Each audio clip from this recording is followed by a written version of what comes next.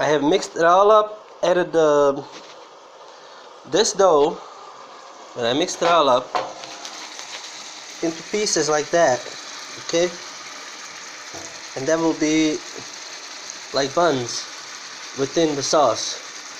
I've added some onion also to it, and all of these chili, salt, cevapi, and biber, and powdered white onion.